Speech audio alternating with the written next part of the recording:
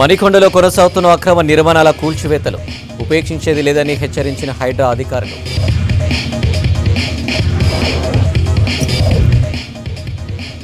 లంచం తీసుకుంటూ చిక్కిన సరూర్ నగర్ ఎలక్ట్రికల్ డీఈటీ రామ్మోహన్. వెంచర్లోని విద్యుత్ లైన్లు షిఫ్ట్ చేసేందుకు 18,000 తీసుకుంటూ బుక్. స్టేడియాలను రెనోవేషన్ చేస్తున్న రాష్ట్ర ప్రభుత్వం. బీఆర్ఎస్ పాలనలో నిర్లక్ష్యానికి గురయ్యన్న క్రీడాకారులు.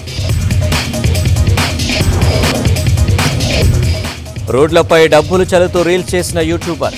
జనం ఎగబడడంతో ఇబ్బందులు, చర్యలు తీసుకోవాలన్న నెటిజన్లు. నెంబర్ ప్లేట్లు సరిగ్గా లేని బైకులకు చలాన్లు. ఇన్సూరెన్స్, లైసెన్స్ ఉండాలన్న ఏసీపీ శ్రీనివాస్. డీటెయిల్ చూస్తే అదానీతో కలిసి ఈ దేశాన్ని ప్రధాని మోదీ దోచుకుంటున్నారని ఆరోపించారు సీఎం రేవంత్ రెడ్డి. అదానీ మెగా కుంభకోణంపై విచారణకు డిమాండ్ చేస్తూ ఈడీ కార్యాలయం దగ్గర ఆందోళన చేశారు. అర్హులైన అందరికీ రుణమాఫీ చేస్తామని ప్రకటిస్తుంటే మరోవైపు రైతులను రెచ్చగొట్టే రాజకీయ లబ్ధి పొందాలని కేటీఆర్ చూస్తున్నారని సీఎం రేవంత్ ఆగ్రహం వ్యక్తం చేశారు. అర్హులైన రైతులు కలెక్టర్లకు ఫిర్యాదు చేయాలన్నారు. 18,000 కోట్ల రూపాయలు వ్యవసాయ శాఖ ఖాతాలో వేశామని చెప్పారు. రాజీనామా చేయాల్సి వస్తుందని హరీష్ కొత్త డ్రామాలు చేస్తున్నారన్నారు రేవంత్. గుజరాత్ నుంచి వచ్చిన ఒక నలుగురు, నరేంద్ర మోడీ గారు, అమిత్ షా గారు, అదానీ గారు, అంబానీ గారు, ఈ నలుగురు ఈ దేశాన్ని చేతబట్టి దుష్ట చతుష్టయం ఈ రోజు ఈ దేశాన్ని దోసుకుంటున్నారు. దోపిడీలో భాగంగానే సెబీ చైర్పర్సన్ గారు పాల్పడ్డ తప్పిదాల మీద విచారణ చేయండి, తక్షణమే ఆవిడను తొలగించండి, ఆవిడైనా రాజీనామా చేయాలి సెబీ చైర్పర్సన్ గా, లేకపోతే కేంద్ర ప్రభుత్వమే ఆవిడను తొలగించాలి అని మన నాయకుడు రాహుల్ గాంధీ గారు, మల్లికార్జున్ ఖర్గే గారు డిమాండ్ చేశారు. ఆ పని చేయలేదు. ఆ పని చేయనప్పుడు జరిగిన అవకతవకల మీద లోక్సభ, రాజ్యసభలో జాయింట్ పార్లమెంటరీ కమిటీని వేయండి అని కాంగ్రెస్ పార్టీతో పాటు ఇండియా కూటమి డిమాండ్ చేసింది. ఈ డిమాండ్ను అమలు చేయకపోను 4 రోజుల ముందే పార్లమెంటును వాయిదా వేసుకొని ఇవాళ భారతీయ జనతా పార్టీ ప్రభుత్వం పరారైపోయింది. అందుకే ఈరోజు ప్రజల దగ్గరికి వెళ్ళి ప్రజల సంపద ఏ విధంగా లక్షలాది కోట్ల రూపాయల దోపిడీ జరిగిందో ఈడీ కార్యాలయాల ముందు ఈడీ విచారణ జరగాలి.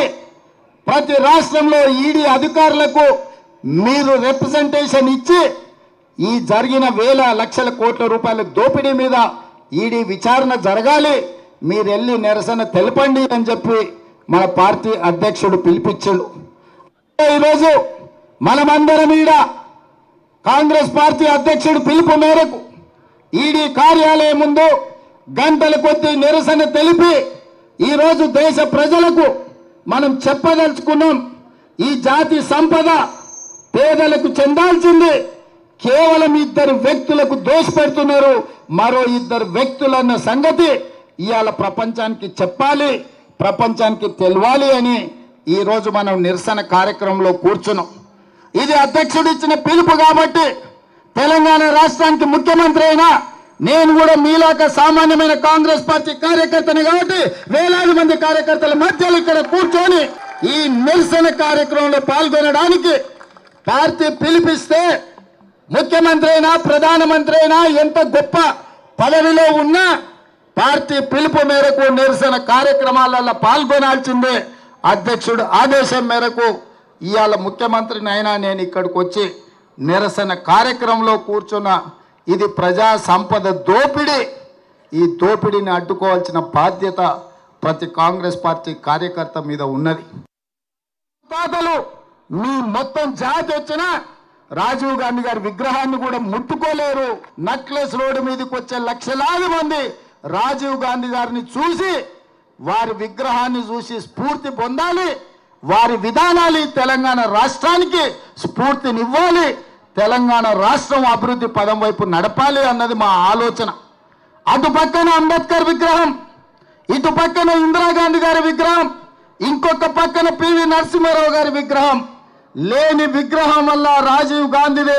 అందుకే ఈ లక్షలాది మంది కాంగ్రెస్ పార్టీ కార్యకర్తల ఆలోచనలో భాగంగా మా ప్రభుత్వం, మా మంత్రివర్గం అక్కడ రాజీవ్ గాంధీ గారి విగ్రహం పెట్టినాం. ఎవడు తొలగిస్తాడో రావాలి, తారీఖు చెప్పాలి అని చెప్పి నేను చెప్పదలుచుకున్నా. 10 ఏళ్ల తర్వాత ఉద్యోగం ఊడినాక ప్రజలు వంగబెట్టి దంచినాక ఈ సన్నాసులకు తెలంగాణ తల్లి గుర్తొచ్చింది. అక్కడ తెలంగాణ తల్లి పెడితే బాగుంటుందని, మనకేమో ప్రజలకేమో తెలంగాణ తల్లిని పెట్టాలంటున్నాడు. ఆయననేమో మా అయ్య పోతే మా అయ్య విగ్రహం పెట్టుకుందాం అనుకుందాం, రాజీవ్ గాంధీ విగ్రహం ఎట్లా పెట్టారు అంటాడు. అందుకే తెలంగాణ తల్లి అంటే సోనియమ్మ కనిపించే తెలంగాణ తల్లి. తెలంగాణ రాష్ట్ర ప్రకటన డిసెంబర్ 9, 2009 నాడు కేంద్ర ప్రభుత్వం మన్మోహన్ సింగ్ గారి నాయకత్వంలో చిదంబరం గారు ప్రకటన చేసింది. అక్కడ ఇక్కడ కాదు, ఈ రాష్ట్ర పరిపాలనను అందిస్తున్న సచివాలయం లోపట, బయట ఎక్కడో కాదు, సచివాలయం లోపట డిసెంబర్ 9 నాడు తెలంగాణ తల్లి విగ్రహం పెట్టే బాధ్యత మేము తీసుకుంటాం. ఈ సన్నాసులు 10 ఏళ్ళ అధికారంలో ఉన్న తెలంగాణ తల్లి విగ్రహం పెట్టలే. 10 నెలల లోపలనే తెలంగాణ తల్లి విగ్రహాన్ని పెట్టి ఆ తెలంగాణ తల్లికి నిజమైన వారసులమని నిరూపించుకునే బాధ్యత ప్రతి కాంగ్రెస్ పార్టీ కార్యకర్తలని నేను చెప్పదలుచుకున్నా. ఇవాళ మనం రైతు రుణమాఫీ చేస్తే రైతులను రెచ్చగొట్టాలని వాళ్ళ కార్యకర్తలు రైతుల ముసుగులో ధర్నాలు చేస్తారు. నేను ఒక్కటే మాట చెప్పదలుచుకున్నా, ఏ రైతుకు రుణం రాకపోయినా, రుణం మాఫీ కాకపోయినా, ఏ రైతుకు ఏ సమస్య ఉన్నా ప్రతి కలెక్టర్ కార్యాలయంలో అధికారులను కౌంటర్ వేసి కూర్చోబెట్టి మీ సమస్యలు అక్కడ చెప్పుకోండి, వాటిని పరిష్కరించి మీకు రుణమాఫీ చేస్తామని చెప్పినాం. ఆల్రెడీ మా ఆర్థిక మంత్రి బట్టి విక్రమార్క గారు నేను 18,000 కోట్ల రూపాయలు వ్యవసాయ శాఖ ఖాతాలో వేసినాం. అక్కడి నుంచి ప్రతి రైతుకు పంపించండి. మిగతా 12,000 కోట్ల రూపాయలు కూడా 2 లక్షల పైన ఉన్న వాళ్ళను మీరు 2 లక్షల పైన ఉన్న ఏదైతే బకాయిందో బ్యాంకు కట్టండి, మిగిలిన 2 లక్షల రూపాయలు మేము కడతామని చెప్పినాం. మా రెవెన్యూ మంత్రి గారు కూడా మాట చెప్పినారు. ఇవాళ అంటుండే శ్రీనివాస్ రెడ్డి గారు ఇంకా 12,000 మళ్ళీ కడతామన్నాడని, భట్టి గారు 7,000 కోట్లే మేము ఇచ్చినామన్నారని. అన్ని తప్పుడు రాతలు, కారు కూతలు. అందుకే రైతులకు నేను ఒక్కటే మాట చెప్పదలుచుకున్నా, రోడ్డు ఎక్కాలెందుకు, ధర్నా చేయాలెందుకు, మీకు ఆ కష్టం ఎందుకు వచ్చింది? 6 నెలల లోపల 31,000 కోట్ల రూపాయలతోటి 2 లక్షల వరకు రైతులకు రుణమాఫీ చేస్తామని 15 ఆగస్టు లోపల చేస్తామని మాట ఇచ్చిన మేము 18,000 కోట్ల రూపాయలు చెల్లించినాం. బ్యాంకులలో నగదు అందుబాటులో పెట్టినాం. మిగతావి కూడా మాఫీ చేస్తామన్నాం. ఈ సన్నాసులను నమ్ముకొని రోడ్ల మీద తిరిగితే ఆయాసమే వస్తుంది. మీకు ఏదైనా సమస్య ఉంటే కలెక్టర్లను కలవండి, వ్యవసాయ శాఖ అధికారులను కలవండి. ఈ ప్రభుత్వం ఉన్నదే మీకోసం. ఈ ప్రభుత్వం మీ సమస్యలను పరిష్కరించడానికి ఉన్నది. ఈ ప్రభుత్వం ప్రజాపాలనది, ప్రజలకు అందుబాటులో ఉన్నాం. పొద్దున్న లేస్తే వేలాది మందిని మేమందరం కలుస్తున్నాం. నేను అడుగుతున్న ఇవాళ తెలంగాణ సమాజాన్ని, ఎన్నడైనా 6 నెలలకు ఒక్కసారైనా కేసీఆర్ ముఖం చూసినారా?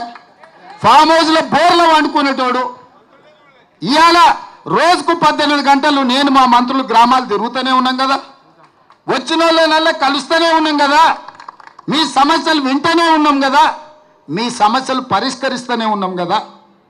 మీరు ధర్నా చేయాల్సిన అవసరం ఏముంది? నిరసన తెలపాల్సిన అవసరం ఏముంది?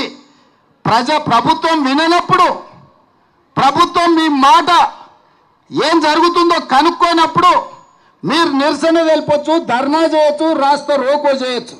కానీ ప్రభుత్వమే మీ దగ్గర ఉండి ప్రభుత్వం వింటున్నప్పుడు, ప్రజాపాలన జరుగుతున్నప్పుడు, ప్రజాభవన్లో ప్రజల సమస్యల్ని వారంలో 2 రోజులు మా అధికారులు, మా చిన్నారెడ్డి గారు తీసుకుంటున్నప్పుడు మీకెందుకు కష్టం రైతులారా అని నేను చెప్తున్నా. అందుకే 10 ఏళ్ళు మిమ్మల్ని దోసుక తిన్నారు. కాకులాక గద్దలాక మీ రక్త మాంసాలను పీల్చి పిప్పి వేసిన ఈ సన్నాసులు మళ్ళీ ముసుగులో దొంగలు ముసుగేసుకొని ఇవాళ మళ్ళా మీ దగ్గరకు వచ్చి మభ్య పెట్టాలని చూస్తారు. ఈ దోపిడీ దొంగలే కదా ఈ 10 ఏళ్ళు మిమ్మల్ని దోసుకున్నది. ఈ కేసీఆర్, ఈ హరీష్ రావు, ఈ రామారావే కదా మిమ్మల్ని కొల్లగొట్టింది. ఆ కొల్లగొట్టిన సన్నాసులను 6 నెలల కింద మీరే కదా బొందబెట్టింది. మరి ఆ బొందబెట్టిన వాళ్ళను మళ్ళా గ్రామాలకు ఎట్లా రాణిస్తున్నారు మీరు ఒక్కసారి ఆలోచన చేయమని రైతులకు విజ్ఞప్తి చేస్తున్నా. మాయ చెయ్యాలని, మిమ్మల్ని మోసం చెయ్యాలన్నదే వాళ్ళ ఆలోచన. 10 ఏళ్లలో వాళ్ళు ఇచ్చింది ఎంత, 10 నెలల్లో మేము ఇచ్చింది ఎంత? అమరవీరుల స్తూపం దగ్గర చర్చ చేద్దాం రాని. రాజీనామా చేయాల్సి వస్తుందని తాటి సెట్టు లెక్క పెరిగిండు కానీ ఆయన బీసీలకు దేశంలో రాష్ట్రంలో అన్యాయం జరుగుతుందన్నారు బీసీ సంక్షేమ సంఘం జాతీయ అధ్యక్షులు జాజుల శ్రీనివాస్ గౌడ్. బీసీ కులగణన చేసిన తర్వాతే సర్పంచ్ ఎన్నికలకు వెళ్లాలన్నారు. సమగ్ర కులగణన, బీసీ రిజర్వేషన్లను 42% పెంచాలనే అంశంపై అఖిలపక్ష పార్టీలు బీసీ నేతలతో సమావేశం నిర్వహించారు. కులగణన జరిగితేనే బీసీలకు న్యాయం జరుగుతుందన్నారు మాజీ మంత్రి శ్రీనివాస్ గౌడ్. భారత్ జోడో యాత్రలో బీసీల పరిస్థితి రాహుల్ గాంధీ చూశారన్నారు. కులాన్ని పక్కన పెట్టి బీసీలంతా ఏకం కావాలన్నారు మహేష్ కుమార్ గౌడ్. 2 రకాలు మేము ప్రభుత్వ పరంగా మా వంతు ప్రయత్నం మేము చేస్తాం, మేము తెచ్చే ఒత్తిడి తెస్తాం. కానీ ఏది తెచ్చినా ఇవాళ ముఖ్యమంత్రి రేవంత్ రెడ్డి ఉన్నా, అంతకుముందు ముఖ్యమంత్రి కేసీఆర్ ఉన్నా, ఒక్కటి మాత్రం వాళ్ళు తెలవాలి, వీళ్ళు బలంగా ఉన్నారు, బీసీలు ఐక్యంగా ఉన్నారని. అప్పుడే ఇస్తారు మనకి. అది లేకుంటే సరే చూద్దాంలే అన్న ధోరణిలోకి వెళ్తుంది. బీసీలు 56% ఉండి కూడా ఏదైనా ఇష్యూ వచ్చినప్పుడు చులకన తీసుకుంటా ఉన్నారు. ఇవాళ బీసీలో ఎస్సీలో మాదిగల రిజర్వేషన్ వచ్చింది, రిజర్వేషన్లో బైఫాక్షన్ వచ్చింది. కొన్ని సందర్భం ఎట్లా పెడతారు, మాదిగలకు అన్యాయం జరిగితే పూడ్చాలి కదా అనే ఒక తలంపు డిస్కషన్ జరుగుతూ ఉన్నాయి. అదే తలంపు అదే డిస్కషన్ మన పట్ల జరగట్లేదు. దానికి కారణం ఏంటంటే ఒకే కారణం, వీళ్ళు కులాల వారిగా ఉన్నారు, బీసీలంతా ఒకటిగా లేరు, కులాల వారిగా ఉన్నారు. ఏ కులం వారు వాళ్ళే. సో ఐక్యంగా రారు, ఒకటిగా రారు. సో మనకు ఇబ్బందులు లేవని ఒక అలసట. సో అది పోవాలి అంటే మనం ఫస్ట్ కులాన్ని పక్కన పెట్టాలి. నన్ను అడిగితే గౌన్ల, పద్మశాలి, మునుడు కాపు, తేనెగా ఇవి కాదు. ఏ కులంలో పుట్టని, ఏ కులం వారు ఆ కులం వారు గౌరవించుకోవాలి, దాంట్లో ఏం అనుమానం లేదు. బట్ మనం అందరం కలిసి ఒక బీసీ గొడుగు కిందనో ఆ బీసీ గొడుగుని స్ట్రెంథన్ చేయాలి. కొద్ది రోజు కులాల్ని పక్కన పెట్టి మా కులాలు కాదు ముఖ్యము, మేమంతా బీసీలము, ఆ బీసీల యొక్క అంశాన్ని స్ట్రెంథన్ చేస్తే మనం ఎవరి దగ్గరికి పోవాల్సిన అవసరం ఉండదని నేను అనుకుంటా ఉన్నాను. ముఖ్యంగా బీసీలకు ఏం చెప్తున్నారంటే ఎన్నికలు వస్తే ఒక భేదాల కథలు చెప్తూ ఉంటారు. ఇప్పుడు మీరు నిజంగా కులగణన చేస్తే లెక్కలు వస్తే ఈ 10%ను మనం 100% ఛాలెంజ్ చేసి రివర్స్ చేయించవచ్చు. అందుకే కులగణన జరిగితే ఏమొస్తుంది అనే దానికి మొట్టమొదటి చెప్తున్నాను, మీకు చెప్తాను వీళ్ళు ఎట్ల మంది ఉన్నారని చెప్తున్నాను. ఇవాళ మన దగ్గర కూడా సమగ్ర కుటుంబ సర్వే చేసినాం. దాని ప్రకారం బీసీల సంఖ్య 51% ఉంది. ముస్లిమ్స్ 13% ఉన్నారు, 14% ఉన్నారు. ఇప్పుడు 14%లో 10% బీసీల కిందనే వస్తారు. బీసీఈ ఉన్నది, అట్లనే బీసీబీలో కొన్ని కులాలు ఉన్నాయి. అంటే 50+10 51. యాక్చువల్ మన సమగ్ర కుటుంబ సర్వే బీసీలు 51+10 61. ఇక పోతే ఎస్సీలు 18, ఎస్టీలు 10, మొత్తం కలిపితే దాదాపు 90% వచ్చినాయి. అంటే ఇక పోతే 10% మాత్రమే. మరి 10%లో 10% కూడా ఆర్థికంగా పూర్వున్నో లేనా వాళ్ళు? కనీసం 4% కూడా వాళ్ళు లేరు పూర్వ. అందులో 4%, 5% లేని జనాభాకు మీరు 10% రిజర్వేషన్ ఇస్తారు. బీసీలు అంటే కేవలం ఓటు బ్యాంక్ అయినా, ఓటు కొరకు వాడుకొని వదిలేయాల్సిందేనా? మరి ఆ విషయాన్ని గురించి సీరియస్గా ఆలోచించాల్సిన అవసరం ఉంది. తెలంగాణ రాష్ట్రం అంటే తమిళనాడులో ఎట్లయితే ఒక బీసీలు అత్యధిక జనాభా ఉన్నారో, తెలంగాణ రాష్ట్రంలో కూడా అత్యధిక జనాభా ఉన్నటువంటి ఇవాళ రాష్ట్రం మన తెలంగాణ రాష్ట్రం. ఇది సమగ్ర కుటుంబ సర్వే చేస్తే ఎవరి జనాభా ఎంతో తెలిసిపోతుంది. కాంగ్రెస్ పార్టీ ఇండియా కూటమి ఎజెండా ఇవాళ ప్రధానంగా మొన్న అన్న మహేష్ అని కూడా పోయాడు. ఢిల్లీలో పీసీసీ అధ్యక్షులు ముఖ్యమంత్రుల సమావేశంలో కూడా రాహుల్ గాంధీ గారు ఒకటే ఎజెండా చెప్పాడు, కులగణన మీదనే మనం దేశవ్యాప్తంగా పోరాటం చేయబోతున్నాం, అన్ని రాష్ట్రాలు పర్యటిద్దాం, బీజేపీ ప్రభుత్వం మీద ఒత్తిడి తీసుకొచ్చి దేశంలో సామాజిక న్యాయం జరగాలంటే కులగణనే ఏకైక మార్గమని రాహుల్ గాంధీ గారు చెప్పడం జరిగింది. మరి మీరు ఇక్కడ కులగణన చేయకపోతే రాహుల్ గాంధీ గారి ఇమేజ్, ఒక యువ నాయకుడు ఇమేజ్ ఎక్కడ పోతుందో ఒకసారి గుర్తుపెట్టుకోండి. రాహుల్ గాంధీ గారి మాటకు విలువ లేకుండా పోతుందనే ఒక ఇండికేషన్, బలమైన మెసేజ్ మొత్తం 4 కోట్ల మంది ప్రజలకు బలంగా వెళ్ళిపోతుందనే విషయాన్ని మీరు గుర్తుపెట్టుకోవాలని చెప్పి సందర్భం గుర్తు చేస్తూ, అన్ని పార్టీల అధ్యక్షులు ఇవాళ అన్ని పార్టీల నుంచి ఏకగ్రీవంగా ఒకటే తీర్మానం, ఏకైక తీర్మానం, రాష్ట్రంలో సమగ్ర కులగణన జరిగి బీసీ రిజర్వేషన్లు పెట్టిన తర్వాతనే స్థానిక సంస్థల ఎన్నికలు నిర్వహించాలి అని చెప్పి సందర్భంగా ఇవాళ ఏకగ్రీవంగా ఈ సమావేశం ద్వారా తీర్మానం చేస్తున్నాం. మొన్న బీసీ వెల్ఫేర్ మంత్రి గారు ప్రకటించారు 100% పెట్టి తీస్తాం, పెట్టే బీసీకి అయిన తర్వాత ఎలక్షన్. మరి చూద్దాం, మరి ఆయన మాట చెల్తుందా, చెల్లనిస్తారా, నడుస్తుందా, నడవనీయరా, ఆలోచన చేయాలా. ఆ పార్టీలో ఉన్నటువంటి నాయకులకు కూడా మనం బలం ఇవ్వాలా. ఆ నాయకులకు కూడా మనం బలం ఇచ్చి మీరందరూ ఏ పార్టీ అధికారంలో ఉంది, కంపల్సరీ అధికారంలో 4.5 ఏళ్ళు ఉంటుంది కదా, 4 ఏళ్ళు ఉంటుంది అధికారంలో. మరి అధికారం ఉన్నప్పుడు ఈ 4 ఏళ్ళు మన వాళ్ళు ఎట్లా బలపడాలి? అక్కడ 4 సంవత్సరాలు వాళ్ళు బలం చేస్తే ఎవరికి లాభం? మనకి లాభం కదా. మరి ఆ కార్యాచరణ కూడా మనం ఉండాలా, ఎక్కడికక్కడనే అడగాల. అందరూ ఆయా పార్టీలకు అధినేతలకు లెటర్లు పెట్టాలి, మీటింగ్లు పెట్టాలి, ప్రెస్ మీట్ పెట్టాలి, ఏడంటే ఆడ 100 మంది అడగాల.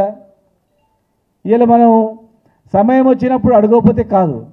అంత అయిపోయిన తర్వాత ఎలక్షన్ల వరకు మనం అన్నీ ఉంటాయి, బాగా బ్రహ్మాండంగా ఉంటాయి. కరెక్ట్ ఎలక్షన్లు వచ్చే వరకే ఆ మాయలో పడిపోతాం అందరం.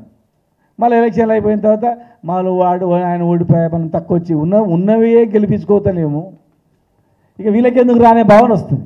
అధికారం రావడానికి ఏం చేయాలండి? ప్లాన్ చేయండి. ఖచ్చితంగా ఇమీడియట్గా మంత్రివర్గ విస్తరణ కూడా జరుగుతుంది. మరి బాధ్యత గల మనం కూడా మంత్రివర్గ విస్తరణలో కూడా రేపు మరి బీసీలకు ఎంత శాతం రావాలి, ఎన్ని ఇవ్వాలి, అది కూడా దాని మీద దృష్టి పెట్టండి.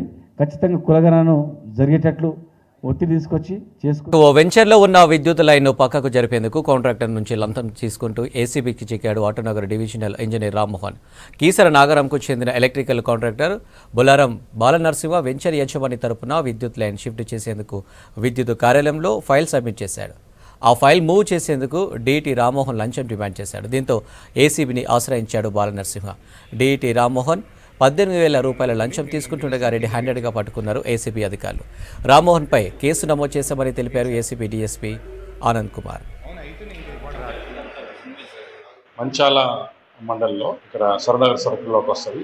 దాంట్లో ఒక అతను ఒక 2 ఎకరాల స్థలంలో లేఅవుట్ చేస్తున్నారు. దాంట్లో అనుగుణంగా ఆ లేఅవుట్లో ఆల్రెడీ వాళ్ళకి ఒక 2 ఎలక్ట్రిక్ కేవీ లైన్స్ ఉన్నాయి. ఆ electric KV lines 13 KV line, 11 KV lines ఒకటి, 33 కేవీ లైన్స్ ఒకటి ఉన్నాయి. అవి అడ్డంగా ఉన్నాయని చెప్పేసి వాటిని తీసేయాలని చెప్పేసి అతను షిఫ్ట్ చేయాలని చెప్పేసి ఒకటి అప్లికేషన్ పెట్టుకోవడానికి ఒక ఎలక్ట్రికల్ కాంట్రాక్టర్ యొక్క సహాయం తీసుకొని అతనికి రిక్వెస్ట్ చేసి ఇట్లా అప్లై చేయండి నా తరఫు నుంచి అని చెప్పాడు. అట్లాగే వాళ్ళ దాంట్లో లేఅవుట్ చేస్తున్నారు కాబట్టి ఒక ఫ్రెష్గా ఒక ట్రాన్స్ఫార్మర్ ఒకటి అరేంజ్ చేయాలని చెప్పేసి దానికి కూడా ఒక ఆన్లైన్ ద్వారా అప్లై చేయడానికి అతను త్వరగా ఎలక్ట్రికల్ కాంట్రాక్టర్ ఎవరైతున్నారో ఇతను అగ్రిమెంట్ చేసుకొని ఆన్లైన్లో అప్లై చేయడం జరిగింది. అతని పేరు పైన, ఓనర్ పేరు పైన అప్లై చేయడం జరిగింది. చేసిన తర్వాత అది ప్రాసెస్ అవుతున్నప్పుడు వాటి ఎంతవరకు వచ్చింది ఏంది అని తెలుసుకోనికి ఇక్కడ డిఈ రామ్మోహన్ రావు గారి దగ్గరికి వచ్చేసి అతను కలవడం జరిగింది. కలిస్తే రామ్మోహన్ గారు అవి ప్రాసెస్ చేయడానికి ఒకటేమో షిఫ్టింగ్ కేవీ ఎలక్ట్రికల్ కేవీ లైన్స్ని షిఫ్ట్ చేయడానికి, తర్వాత ఇంకొకటేమో ఫ్రెష్గా ఒక ట్రాన్స్ఫార్మర్ని ఇన్స్టాల్ చేయడానికి, ఈ రెండింటికి కలిపి 18,000 రూపాయలు డిమాండ్ చేయడం జరిగింది. సో దాన్ని మాకు అతను కంప్లైంట్ ఇవ్వడం జరిగింది. మా దగ్గరికి వచ్చి కంప్లైంట్ ఇచ్చినప్పుడు మేము ఆ కంప్లైంట్ని రిజిస్టర్ చేసుకొని ఈరోజు అతను 18,000 రూపాయలు ఇక్కడ డి రామ్మోహన్ రావు గారికి ఇస్తున్నప్పుడు రెడ్ హ్యాండెడ్గా. రంగారెడ్డి జిల్లా మణికొండ మున్సిపాలిటీ పరిధిలో అక్రమ నిర్మాణాల కూల్చివేత కొనసాగుతుంది. ఇవాళ నెక్నాపూర్ భాషా కాలనీలో ఇల్లీగల్గా వెలిసిన కట్టడాలను తొలగించారు మున్సిపల్ అధికారులు. అక్రమ నిర్మాణాలను ఎట్టి పరిస్థితులను ఉపేక్షించేది లేదని చెప్పారు. నిబంధనలకు విరుద్ధంగా నిర్మించిన బిల్డింగులకు ఇప్పటికే నోటీసులు ఇచ్చామని తెలిపారు.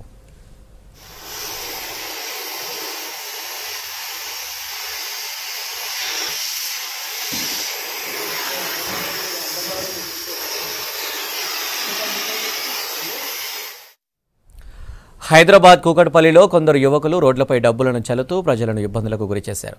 ఎప్పుడూ రద్దీగా ఉండే కేపీహెచ్పీలో డబ్బులు పైకి విసిరేస్తూ వీడియోలు తీస్తూ ఇన్స్టాగ్రామ్లో అప్లోడ్ చేశారు. ఆ డబ్బుల కోసం రోడ్ల మీద జనాలు ఎగబడడంతో వాహనదారులు తీవ్ర ఇబ్బందులు పడ్డారు.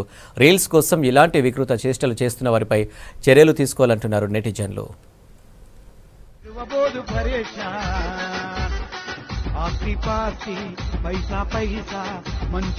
నా బయోలో ఉంది కదా లింక్ ని క్లిక్ చేసి జాయిన్ అయిపోండి, రిజిస్టర్ కండి. ఫుల్ డబ్బులు అంటే ఫుల్ డబ్బులు సంపాదించుకోండి. నేనైతే చాలా సంపాదించిన, మీకు కూడా తెలుసు. పబ్లిక్ మధ్యలో పైసలు అయితే ఎట్లా ఎగిరించినాం, 50,000 ఎగిరించినాం ఉద్దిపుకట్ల గాలి 2 గంటల పైసలు అవి అంతే. సో ఏం లేదు, నా టెలిగ్రామ్ ఛానల్ లో జాయిన్ కావాలి. నీకు కూడా రోజు 10,000, 12,000, 20,000 లాగా నేను ఏం చేపిస్తాను. నా ప్రొడక్షన్ నువ్వు మెయింటైన్ చేసినావు అనుకో, 2,000 డిపాజిట్ చేసుకో. గాలి 2,000 డిపాజిట్ 10,000 అయితే చేపిస్తాను. నా ప్రొడక్షన్ నువ్వు విన్నావు అనుకో. బయోలో టెలిగ్రామ్ ఛానల్ లింక్ ఉంటుంది, వెళ్ళి మీరు జాయిన్ కాండి. వాసవి గ్రూప్ 30 సంవత్సరాలుగా నివాస వాణిజ్య ప్రాజెక్టులతో పాటు విల్లా ప్రాజెక్టులు, అపార్ట్మెంట్లు నిర్మించామన్నారు ఆ సంస్థ డైరెక్టర్ అభిషేక్ చందా. ఇటీవల కొన్ని సామాజిక మాధ్యమాల్లో వాసవి గ్రూప్పై వస్తున్న ఆరోపణలు నిజం కాదని, తాము CSR కింద చెరువులను ఆధునీకరిస్తున్నామని వెల్లడించారు. చెరువులను ఆక్రమించుకొని కట్టిన కట్టడాలను హైడ్రా కూల్చివేయడాన్ని స్వాగతిస్తున్నామన్నారు. చెరువుల్లో పరివాహక ప్రాంతాల్లో ఎలాంటి కట్టడాలు కట్టలేదని, నిబంధనల ప్రకారమే ప్రాజెక్టులను పూర్తి చేస్తున్నామన్నారు అభిషేక్.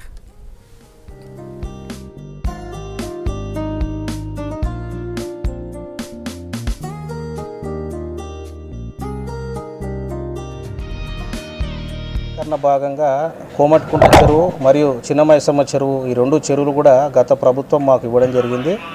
అయితే ఇందులో కాంట్రాక్ట్ చేసుకొని GHMCతోని మరియు ప్రభుత్వంతో దాదాపుగా 20 కోట్ల ఖర్చు వ్యయాన్ని మేము మా సొంత ఖర్చు పెట్టుకొని ఈ 2 చెరువులు కూడా డెవలప్మెంట్ చేయాలని ఇటువంటి ఒక మహత్తర కార్యాన్ని మేము చేపట్టాము. దాదాపుగా ఇప్పటివరకు ఒక 30 to 40% వర్క్ కంప్లీట్ చేశామండి.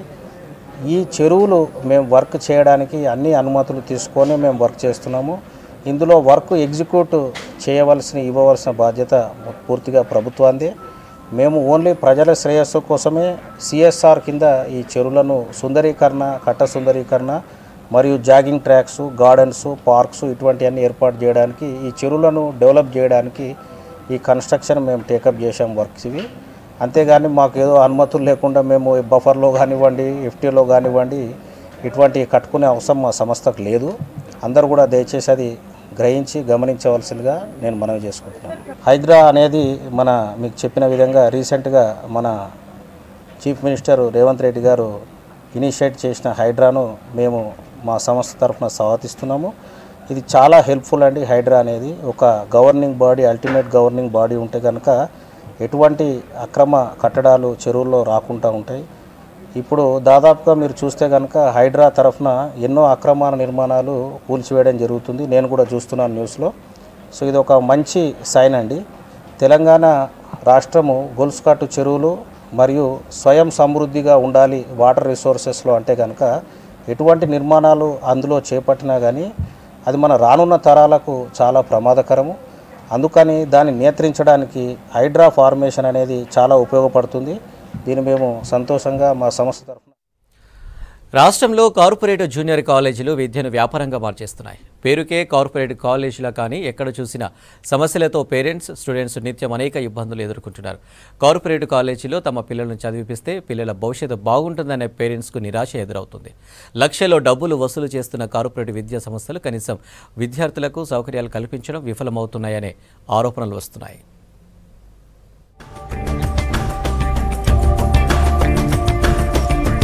కార్పొరేట్ జూనియర్ కాలేజీలు చదువుల కోసం లక్షలు వసూలు చేస్తున్నాయి. అయినా విద్యార్థులకు కష్టాలు తప్పడం లేదు. విద్యార్థుల తల్లిదండ్రుల ఆశలు నెరవేరడం లేదు. ఇంటర్మీడియట్ లో సైన్స్ విద్యార్థులకు ప్రాక్టికల్స్ కీలకం. ఇందులో మార్కులు తగ్గితే ఎంసెట్, నీట్, IIT, JEEలో వెయిటేజ్ తగ్గిపోతోంది. నగరంతో పాటు జిల్లాల్లోని ప్రైవేట్, కార్పొరేట్ జూనియర్ కళాశాలల్లో ప్రయోగశాలలు కాగితాలపైనే కనిపిస్తున్నాయి. ప్రాక్టికల్స్ గడువు ముగిసే టైం వస్తున్నా స్టూడెంట్స్ ప్రిపరేషన్ లేదన్న విమర్శలు వస్తున్నాయి.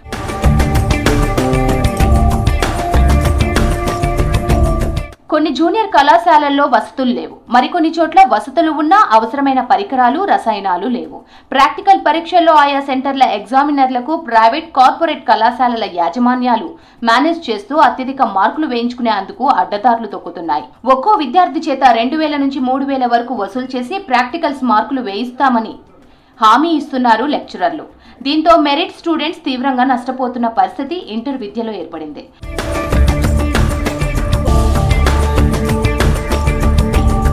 కార్పొరేట్ కాలేజీల అక్రమాలను అడ్డుకోవడానికి అనేక చర్యలు తీసుకున్నప్పటికీ ఉపయోగం లేకుండా పోతోంది. ఇంటర్ ప్రాక్టికల్స్ పరీక్షలను పారదర్శకంగా నిర్వహించాలని బోర్డు సీసీ కెమెరాలను ఏర్పాటు చేసింది.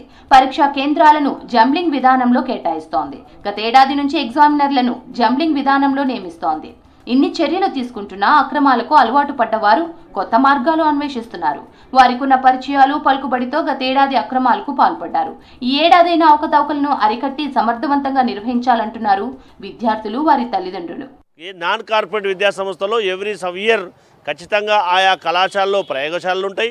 ఆ ప్రయోగశాలలో కావాల్సినటువంటి కెమికల్స్ అన్నీ కూడా అవైలబుల్ ఉంటాయి, ఎక్విప్మెంట్స్ అన్నీ కూడా అవైలబుల్ ఉంటాయి. కాబట్టి కార్పొరేట్ విద్యా సంస్థలు రికార్డ్స్ వేరే విద్యార్థులు రాయించడం కానీ, ప్రాక్టికల్ చేయించకపోవడం కానీ ఇలాంటివి జరుగుతూ ఉన్నాయి. కాబట్టి ఇప్పటికైనా బోర్డ్ ఆఫ్ ఇంటర్మీడియట్ వారు కానీ, అదే రకంగా కార్పొరేట్ విద్యా సంస్థల యాజమాన్యాలు కానీ దయచేసి ఆలోచన చేసి విద్యార్థుల యొక్క జీవితాలతో ఆడుకోకుండా ఖచ్చితంగా ప్రాక్టికల్స్ వారికి చేయించే విధంగా ఆలోచన చేసి బోర్డ్ ఆఫ్ ఇంటర్మీడియట్. గత 10 ఏళ్ల నుంచి రాష్ట్రంలో కార్పొరేట్ జూనియర్ కాలేజీలు ఆగడాలు మితిమీరిపోయాయంటున్నారు విద్యావేత్తలు, విద్యా సంఘాల నాయకులు. ఒకప్పుడు కార్పొరేట్ విద్య పట్టణాల వరకే పరిమితం అయ్యేదని, ఇప్పుడు గ్రామీణ ప్రాంతాలకు విస్తరించింది అంటున్నారు. పేరెంట్స్, స్టూడెంట్స్ ను మోసం చేస్తూ వారి జీవితాలతో చెలగాటం ఆడుతున్నారని ఆగ్రహం వ్యక్తం చేస్తున్నారు. గ్రేటర్ హైదరాబాద్లో పోయిన ఏడాది కంటే ఈసారి విద్యుత్ వినియోగం అధికంగా ఉంది. వర్షాకాలంలోనూ వాతావరణ ప్రభావంతో ఉక్కపోత విపరీతంగా పెరిగింది. దీంతో నగరవాసులు ఏసీలు, కూలర్లు, ఫ్యాన్స్ ఎక్కువగా వినియోగిస్తున్నారు. విద్యుత్ డిమాండ్కు తగ్గట్టు సరఫరా చేయాలని ఇదివరకే సీఎం రేవంత్ రెడ్డి ఆదేశించారు. అందుకు అనుగుణంగా విద్యుత్ కోతలు లేకుండా సప్లై చేస్తున్నామని తెలిపారు అధికారులు.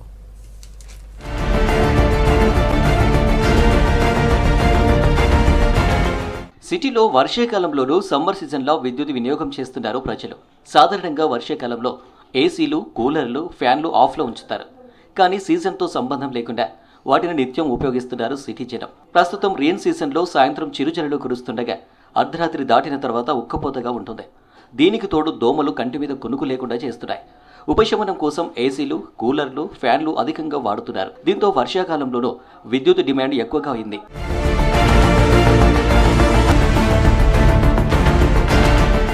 గతేడాదితో పోలిస్తే ఈసారి కరెంటు వినియోగం పెరిగింది. పోయిన సంవత్సరం ఆగస్టులో రోజుకు సగటున 2400 మెగావాట్ల విద్యుత్ ఉపయోగించగా ప్రస్తుతం 2900 మెగావాట్లకు పైగా వినియోగించారు.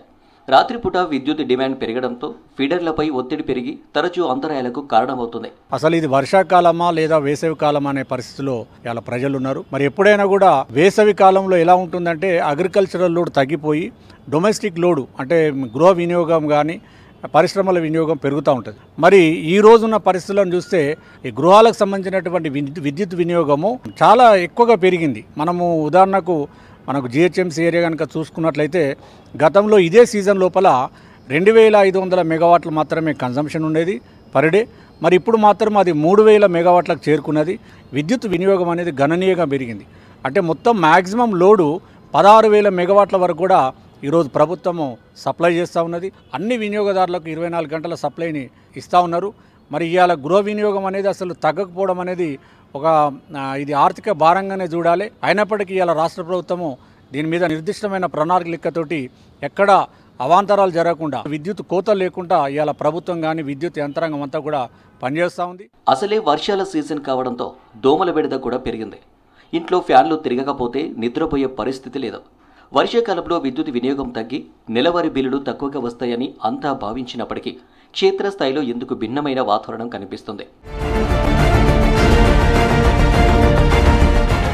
గ్రేటర్లో ఆగస్టు 12న 3332 మెగావాట్లు, 13న 3342, 14న 3414, 15న 2982, 16న 3381, 17న 3179, 18న 2949 మెగావాట్ల విద్యుత్ను సిటీ జనం ఉపయోగించారని తెలిపారు అధికారులు. సిటీలో ఉక్కపోత వలన గృహాలలో విద్యుత్ వినియోగం భారీగా పెరిగింది. మరోవైపు 16000 మెగావాట్ల వరకు ఎక్కడ అవాంతరాలు రాకుండా విద్యుత్ కోతలు లేకుండా రాష్ట్ర ప్రభుత్వం విద్యుత్ను సప్లై చేస్తుందన్నారు అధికారులు.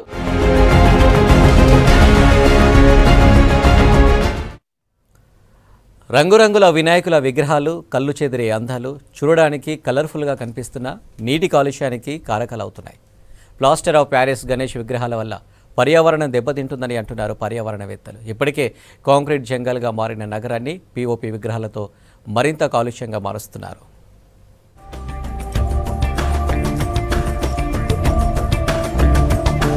గణేష్ పండుగ రాగానే ఎక్కడ చూసినా రంగురంగులతో ఉండే విగ్రహాలు కనబడతాయి. ప్లాస్టర్ ఆఫ్ ప్యారిస్ తో విగ్రహాలను తయారు చేస్తున్నారు. నవరాత్రుల తర్వాత విగ్రహాలను నిమజ్జనం చేయడంతో నగరంలోని చెరువులు, కుంటలు కలుషితమవుతాయి. ఒక్కో విగ్రహానికి 2 నుంచి 12 లీటర్ల కెమికల్స్ తో కూడిన రంగులు వాడతారు. దీనిని ప్రకృతి ప్రేమికులు, పర్యావరణవేత్తలు వ్యతిరేకిస్తున్నా నగరంలో పీఓపీ విగ్రహాల వాడకం మాత్రం తగ్గడం లేదు.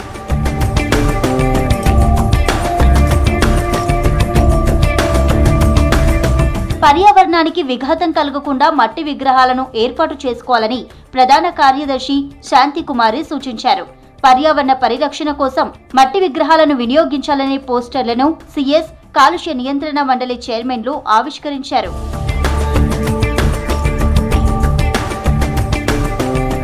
చాలా కాలంగా మట్టితో చేసిన గణపతి విగ్రహాలను వాడాలంటూ పర్యావరణవేత్తలు చెబుతున్నారు. అయినా ఇంకా ప్లాస్టర్ ఆఫ్ ప్యారిస్ విగ్రహాల వాడకం మాత్రం తగ్గలేదు అంటున్నారు. పీఓపీ విగ్రహాల వల్ల నీరు కలుషితమవడంతో పాటు పర్యావరణానికి హాని కలుగుతుందంటున్నారు. ఇప్పటికైనా ఈసారి ప్రతి ఒక్కరూ మట్టి వినాయకుడి విగ్రహాలను ఉపయోగించాలని కోరుతున్నారు. ప్లాస్టర్ ఆఫ్ ప్యారిస్తో చేసిన విగ్రహాలు వాడద్దు అని ఎప్పటి నుంచో క్యాంపెయిన్ జరుగుతుంది, ప్రచారం కూడా చేస్తున్నారు.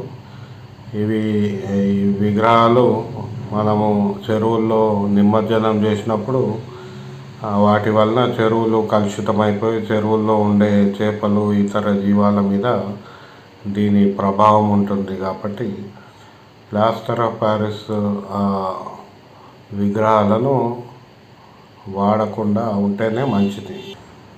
ప్లాస్టర్ ఆఫ్ ప్యారిస్తో చేసిన విగ్రహాలు మానేసి మట్టితో చేసిన విగ్రహాలు వాడితే మంచిది. మట్టి వినాయక విగ్రహాలను ప్రతిష్ఠించి పర్యావరణాన్ని కాపాడాలని ప్రకృతి ప్రేమికులు ప్రజలను కోరుతున్నారు. ప్రభుత్వ పరంగా కూడా మట్టి విగ్రహాలను ఇస్తుందన్నారు. ప్రముఖ ద్విచక్ర వాహనాల కంపెనీ హీరో మరో కొత్త బైక్ మోడల్ను లాంచ్ చేసింది. మాదాపూర్ హెచ్ఐసిసిలో ప్రముఖ సినీ నటుడు రామ్ చరణ్ సరికొత్త ఒరిజినల్ గ్లామర్ 2024 బైక్ను విడుదల చేశారు. హీరో కంపెనీ 40 ఏళ్లుగా ప్రజల ఆదరణ పొందుతుందన్నారు రామ్ చరణ్. ప్రజల నమ్మకాన్ని నిలబెట్టుకుంటూ దశాబ్దాలుగా విజయం సాధించిన అభినందనీయమని తెలిపారు. 125cc వచ్చిన గ్లామర్ 2024 బైక్కు మంచి ఆదరణ వస్తుందని ఆశాభావం వ్యక్తం చేశారు. Hero motor car chief business officer Ranjit Jisingh అధునాతన ఫీచర్స్ ఈ బైక్ ప్రత్యేకత అని తెలిపారు. భారత్లో 80 లక్షల మంది గ్లామర్ బైక్లను ఉపయోగిస్తున్నారని చెప్పారు.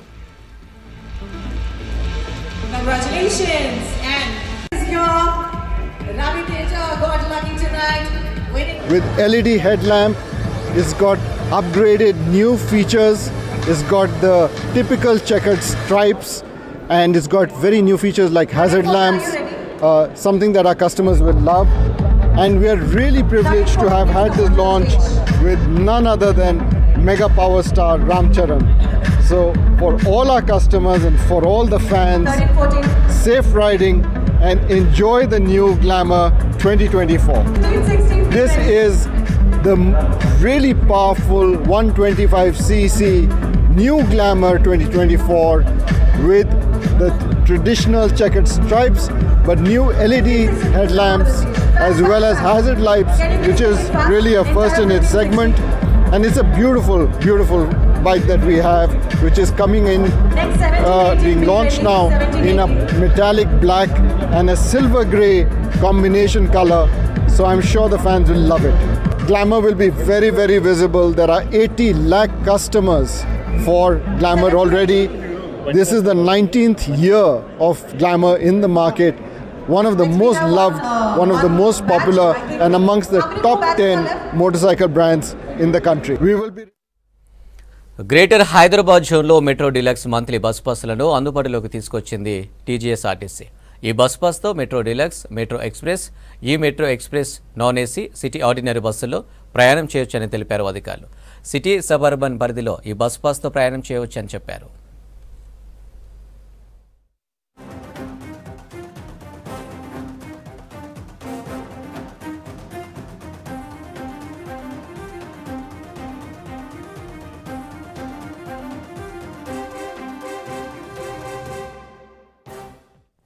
ప్రయాణికులకు మరింత చేరువయ్యేందుకు వివిధ రకాల బస్ పాసులను అందిస్తుంది ఆర్టీసీ సంస్థ. Pushpak AC general, green metro luxury AC, metro express, city ordinary monthly bus పాసులను ప్రస్తుతం ప్రయాణికులకు అందుబాటులో ఉన్నాయి. ఈ బస్ పాసులు గ్రేటర్ హైదరాబాద్ జోన్లోని అన్ని బస్ పాస్ కేంద్రాల్లో జారీ చేస్తున్నట్లు తెలిపారు అధికారులు. వీటితో పాటు పుష్పక్ బస్సులో శంషాబాద్, ఆరంఘర్, గచ్చిబౌలి, బాలాపూర్ క్రాస్ రోడ్స్, ఎల్బీనగర్ నుంచి ఎయిర్పోర్టుకు వెళ్లే ప్రయాణికుల సౌకర్యార్థం 8 కిలోమీటర్ల పరిధిలో రాకపోకలకు వర్తించే మంత్లీ రూట్ పాస్లను కూడా అందుబాటులోకి తెచ్చారు ఆర్టీసీ అధికారులు.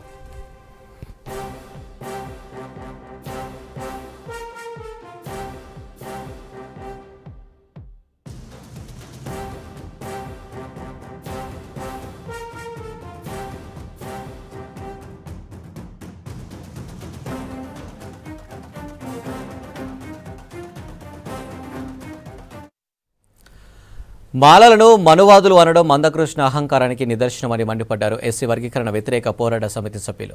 వర్గీకరణ రాజ్యాంగబద్ధంగా జరిగితే అందరికీ అంగీకార యోగ్యంగా ఉంటుందనడం మాలల అనడం తప్ప అని ప్రశ్నించారు. చట్ట వ్యతిరేకంగా వర్గీకరణ కోరుతున్న మందకృష్ణ దురుద్దేశం ఎన్నటికీ నెరవేరేదన్నారు. మాలలపై వ్యాఖ్యలు చేయడం విద్వేషాలను రెచ్చగొట్టడమే అవుతుందన్నారు. ఔన్నత్యాన్ని, సమగ్రతను, రాజ్యాంగ విలువలను మందకృష్ణ మాదిగా కాలరాస్తున్నారని ఫైర్ అయ్యారు నేతలు.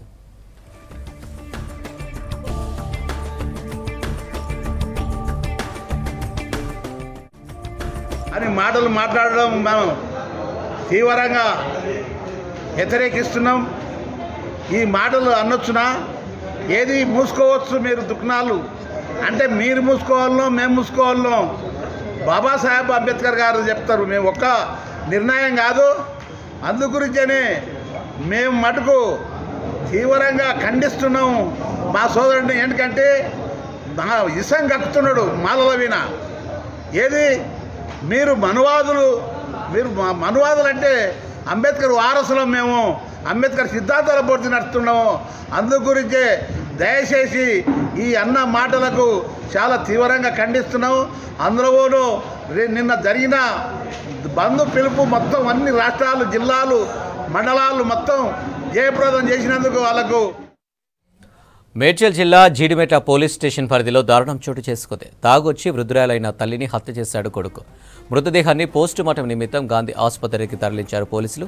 నిందితుడిని అదుపులోకి తీసుకుని దర్యాప్తు చేస్తున్నారు పోలీసులు.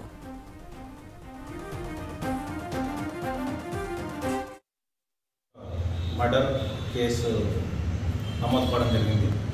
దాంట్లో జయమ్మ అని ఒక 61 సంవత్సరాల వృద్ధురాల్ని వారి యొక్క పెంపుడు కొడుకు వేణుకుమార్ అనే అతను చంపినట్టుగా మాకు కంప్లైంట్ రావడం జరిగింది. అక్కడికి పోయి విచారిస్తే నిజమని తెలిసింది. అతను నిందితుడిని అదుపులోకి తీసుకోవడం జరిగింది. నిందితుడిని విచారించగా మర్డర్ గల కారణాలు ఏంటని అడిగితే ఇతను ఒక 5 సంవత్సరాల క్రితం పెళ్ళైంది. అతనికి 2 పిల్లలు. ఇతడు తాగుడుకు బానిస కావడం వల్ల వాళ్ళ వైఫ్ అతనితో గొడవ పెట్టుకొని ఇంటికి వెళ్ళిపోయింది. తర్వాత ఇంకా ఎక్కువ తాగడానికి బానిసై చాలా అప్పులు చేయడం జరిగింది. అప్పులు తీర్చడం కోసం ఆ యొక్క ఇంటిని అమ్మని చెప్పేసి వాళ్ళ మదర్ని, ఫాదర్ని ప్రెజర్ చేస్తున్న క్రమంలో వాళ్ళు దానికి ఒప్పుకోకపోవడంతో ఈ మదర్ ఉంటే అమ్మడం వీలు కాదనే ఉద్దేశంతో ఆమె చంపితే ఆ ఇల్లు అమ్ముకోవచ్చు అనే ఒక దురాశతోటి ఆవిడ్ని రాత్రిపూట ఎవరు సందర్భంలో అటాక్ చేసి చంపడం. రంగారెడ్డి జిల్లా బాలాపూర్ యువకుడి హత్య కలకలం రేపుతుంది. మండి 37 అరేబియన్ రెస్టారెంట్లో ఎంవీఎస్ఆర్ ఇంజనీరింగ్ కాలేజ్ విద్యార్థి ప్రశాంత్ దారుణంగా హత్య చేశారు గుర్తు తెలియని వ్యక్తులు. సమాచారం అందుకున్న Maheshwaram DCP Sunitha Reddy, additional DCP Satyanarayana ఘటనా స్థలానికి పరిశీలించారు. కేసు నమోదు చేసుకుని దర్యాప్తు చేస్తున్నారు పోలీసులు.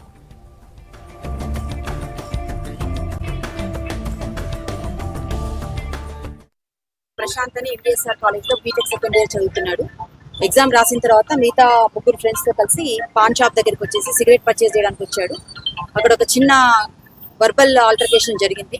సో అందులో భాగంగా ఒక అతను స్టాబ్ చేశాడు. చాకు తీసేసి స్టాబ్ చేసేసి ఇక్కడ నుంచి ఇమీడియట్గా పారిపోయారని చెప్పేసి మాకు ఇన్ఫర్మేషన్ వచ్చింది. సో ఇమీడియట్గా మేము ఇక్కడికి వచ్చేసి క్లూస్ టీమ్స్ అన్ని ఫామ్ చేసి ఐటీ సెల్ టెక్నాలజీ అంతా చూసి వెరిఫై చేసి ఇప్పుడు ఎవరు ఏంటి అనేది ఐడెంటిఫై చేసి దాని ప్రకారంగా టీమ్స్ అన్ని డిప్లాయ్ చేసేసి ఎవరైతే ఇక్కడ నుంచి ఈ హత్య చేసి పారిపోయారో వాళ్ళని ట్రేస్ చేసే విధంగా మా టీమ్స్ అన్ని డిప్లాయ్ చేయడం జరిగింది.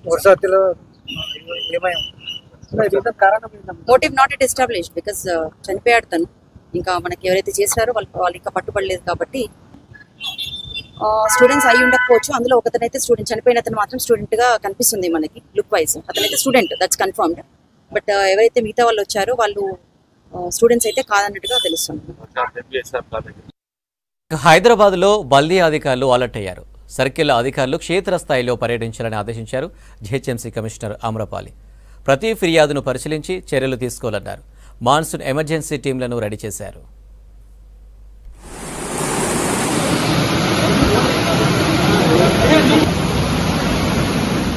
గ్రేటర్ సిటీలో కురుస్తున్న భారీ వర్షాలతో బల్దియా అలర్ట్ అయింది. అధికారులు గ్రౌండ్ లెవెల్లో ఎప్పటికప్పుడు పర్యవేక్షించాలని కమిషనర్ అమ్రపాలి ఆదేశించారు. ప్రజలకు ఎలాంటి ఇబ్బందులు రాకుండా తక్షణమే చర్యలు చేపట్టేలా యాక్షన్ ప్లాన్ తయారు చేసుకోవాలని సూచించారు. దీంతో అధికారులు అన్ని ఏర్పాట్లు చేశారు.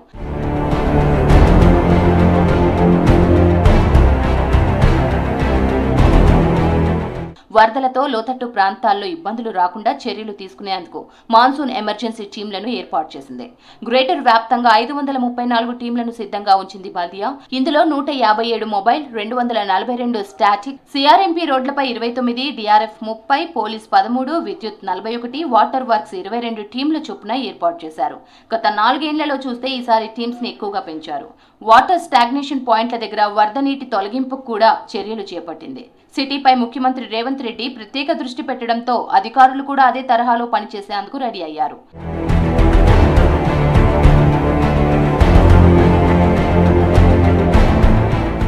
భారీ వర్షాల కారణంగా హైడ్రా కూడా ప్రత్యేక యాక్షన్ ప్లాన్ రూపొందించింది. ఇందులో భాగంగా సర్కిల్ కు ఒక డిఆర్ఎఫ్ టీంను 24 గంటల పాటు అందుబాటులో ఉండేలా చర్యలు తీసుకుంది. వరదలు పెరిగితే అవసరమైన ప్రాంతాల్లో బోట్లను వినియోగించుకునేందుకు హైడ్రా రెడీగా ఉంది. 8 బోట్లను అందుబాటులో ఉంచారు. ఇంకా కావాలంటే బోట్లను రప్పించేందుకు ప్రిపేర్ అయ్యారు. జోన్ల వారీగా డిఆర్ఎఫ్ కు స్పెషల్ ఆఫీసర్లను నియమించారు. ప్రతిరోజు ఉదయం హైడ్రా కమిషనర్ రంగనాథ్ టెలికాన్ఫరెన్స్ తో గ్రౌండ్ లెవెల్లో పరిస్థితిపై సమీక్షిస్తున్నారు.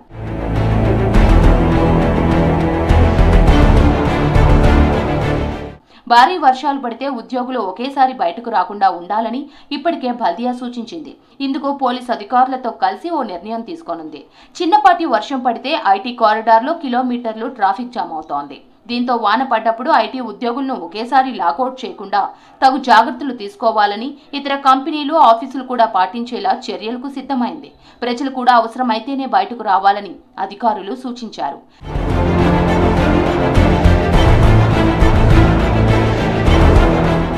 జీహెచ్ఎంసీ హెడ్ ఆఫీస్ తో పాటు హైడ్రా ఆఫీసులో 24 గంటల పాటు కంట్రోల్ రూమ్ అందుబాటులో ఉండనుంది. వాట్సాప్ తో కూడా కంప్లైంట్లు పంపొచ్చని చెప్పింది. సమస్య ఫోటోతో పాటు లొకేషన్ షేర్ చేస్తే అక్కడకు వెంటనే డిఆర్ఎఫ్ టీమ్స్ వెళ్లేలా కంట్రోల్ రూమ్ సాయం చేయనుంది. డ్రైనేజ్ మూతలు ఓపెన్ చేయొద్దని, ఓపెన్ చేసి ఉంటే కూడా సమాచారం ఇవ్వాలని అధికారులు సూచించారు.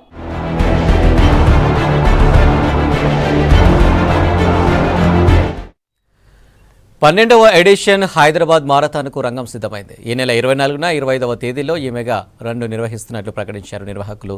మారథాన్కు సంబంధించిన మెడల్ జెర్సీని world boxing champion Nikhat Zareen launch చేశారు. భారత్తో పాటు దాదాపు 10 దేశాలకు చెందిన రన్నర్స్ పాల్గొన్నారని తెలిపారు హైదరాబాద్ రన్నర్స్ సొసైటీ సభ్యులు.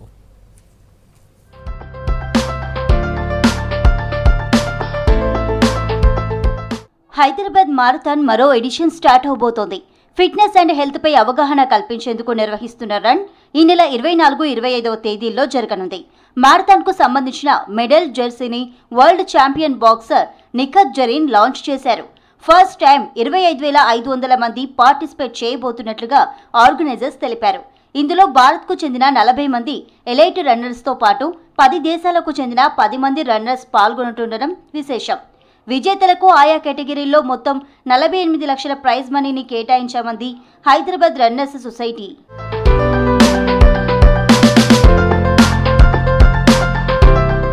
ఈ 2024 ఎన్ఎండిసి హైదరాబాద్ మ్యారథాన్ ఇది 13వ ఎడిషన్ అండి. ఇందులో మొదటిసారి హైదరాబాద్లో 25,500 మంది రన్నర్స్ పాల్గొని ఉన్నారు. టోటల్ ప్రైజ్ మనీ వచ్చి ఇక్కడ 48 లక్షల రూపాయలు గెలుచుకోవడానికి అవకాశం ఉంది. ఎన్ఎండిసి హైదరాబాద్ మ్యారథాన్ మన దేశంలోనే రెండో సిటీ ఇది వరల్డ్ అథ్లెటిక్స్ లేబుల్ సర్టిఫికేషన్ రావటం.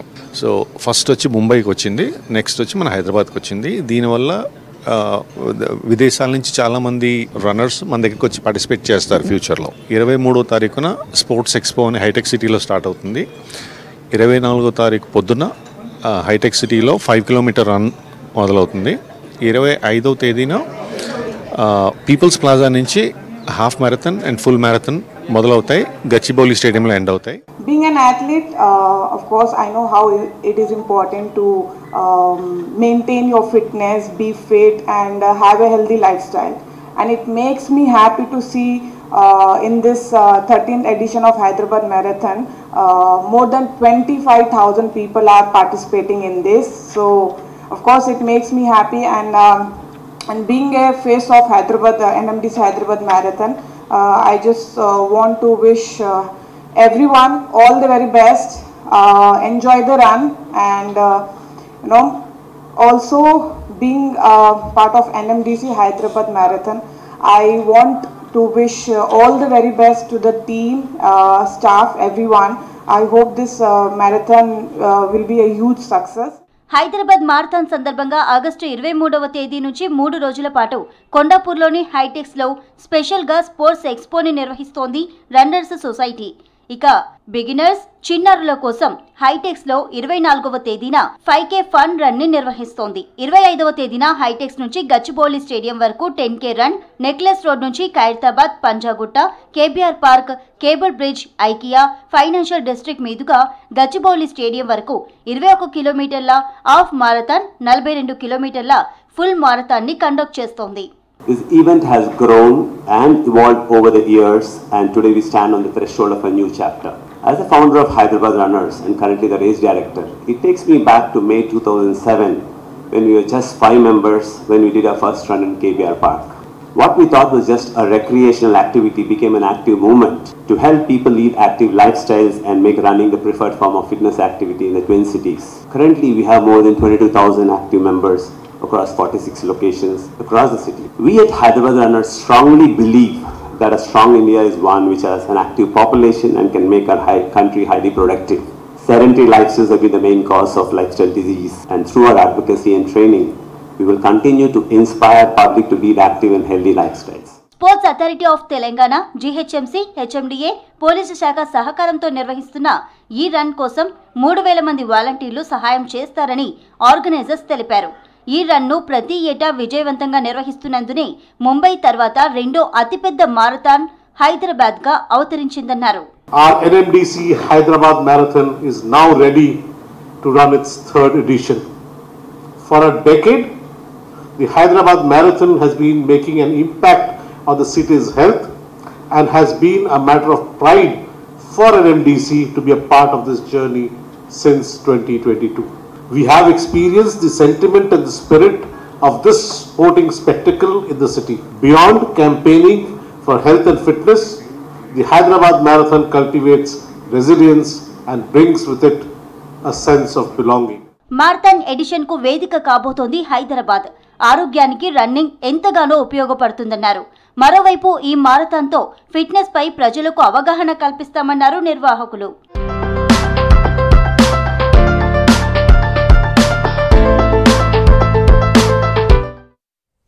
ఇవి హమారా హైదరాబాద్ అప్డేట్స్.